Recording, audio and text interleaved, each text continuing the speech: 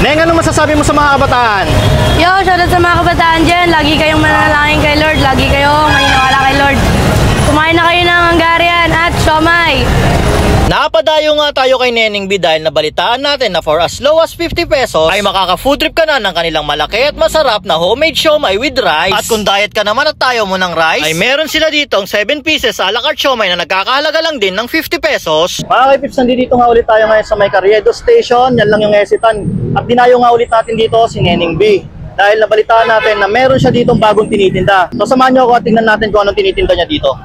Nay, magandang hapon. Ano binibenta mo dito? Hello po, magandang hapon po. Siomai po, made siomai. Bago lang to?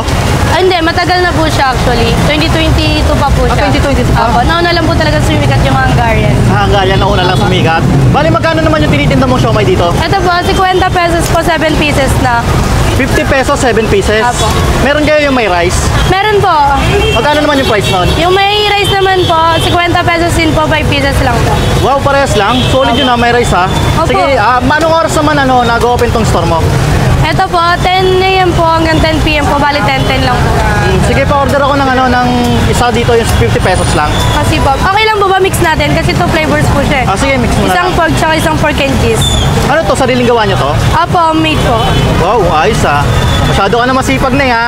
Ay, hindi lang yung Hungarian, pati yung na rin ha. Siomai ha. Opo eh. Eto ha, 50 pesos lang, tinda ni Neneng yan. Yun, tikman na namin to, Neng. Sige po, thank you po. Yun mga kaipips, nandito nga tayo ulit sa may Carriedo at dinayo natin dito si Neneng B. Dahil nabalitaan natin na meron siya ditong lumang bago. Bakit lumang bago? Dahil meron siya ditong siomai. Luma na yon, nauna kasi sumikat yung kanyang Hungarian burger. Pero solid daw yung siomai niya dito. Kaya titikman natin yon.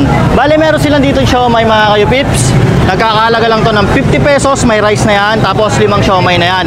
At meron din sila dito yung kanilang a la carte. Yan, a la carte, 7 pieces ng siomai yan.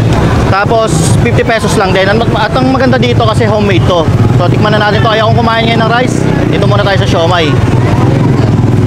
Yan natin ang kalamansi. Siyempre, tanggalin natin po to. Yan, tikman natin.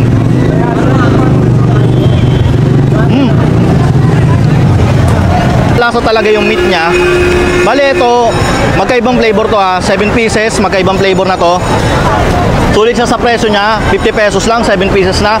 At kung gutom ka naman, meron din sila dito yung may rice nila. 50 pesos lang din yun, ang pinakaiba lang 5 piraso na lang yung siomai dun sa kabila.